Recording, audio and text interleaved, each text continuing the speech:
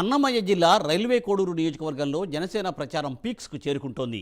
Janasena party assembly అభ్యర్థి అరవ Sridhar ముమ్మారంగా road షోలు, కార్నర్లు, మీటింగులతో పాటు ఇంటింటికి తిరుగుతూ సుడిగాలి ప్రచారం చేస్తున్నారు. తెలుగుదేశం, బీజేపీ నేతలు, కార్యకర్తలను సమన్వయం చేసుకుంటూ ప్రచారం హోరెత్తిస్తున్నారు. తిమ్మాయిపాలెం, గట్టుమీదపల్లి, కొత్తపల్లిలో అరవ శ్రీధర్తో పాటు టీడీపీ నేత ముక్కార్ రూపానందరెడ్డి, సతీమణి వరలక్ష్మి, కోడలు Rishikareddy, Rajampet Telugu Desam party incharge Chengalrayudu, railway Koduru Janasena party రాష్ట్ర కార్యదర్శి తాతంశెట్టి నాగేంద్ర, పంతగాని నరసింహప్రసాద్ తదితరులకు ప్రజలు అడుగడుగునా నీరాజనాలు పలికారు.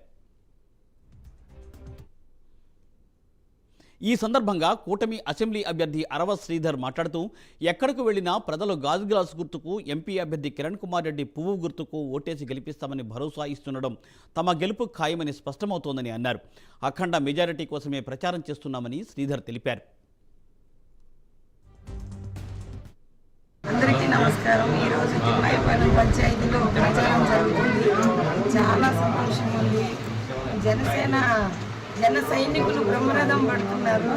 ఇది చూస్తుంటే మేము గెలిచిపోయినామని ఆనందం ఉంది. ఫస్ట్లో కొంచెం ఎట్లా ఎట్లుంటుందో నేను భయపడినా, కానీ భగవంతుడు ఈ విధంగా కూడా మాకు హెల్ప్ చేశాడు.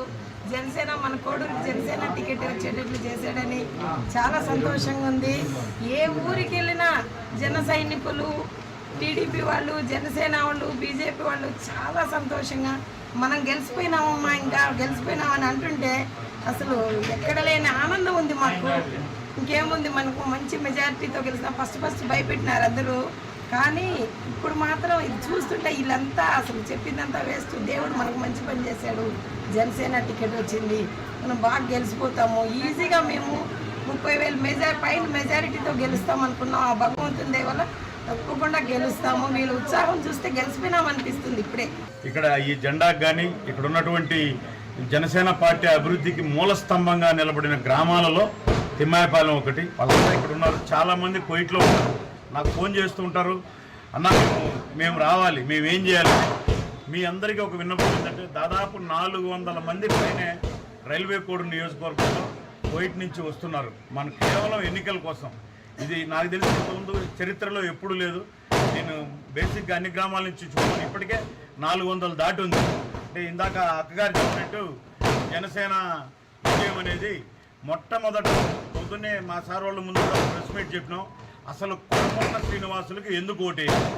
15 సంవత్సరాల ఎమ్మెల్యేగా ఉంది, ఎక్కడా 10 పైసలు పని చేయాల, 10 పైసలు అభివృద్ధి లేదు. అభివృద్ధే ధ్యేయంగా ఎన్డీఏ గవర్నమెంట్లో బీజేపీ, టీడీపీ, జనసేన కలిసి ముందుకెళ్తున్నాం. ఖచ్చితంగా మేమందరం ఒకే నినాదంతో పోతున్నాం. కొరమొట్ల హటావో, కోడూరు బచావో. కొరమొట్లను ఖచ్చితంగా ఇంటికి పంపిస్తాం.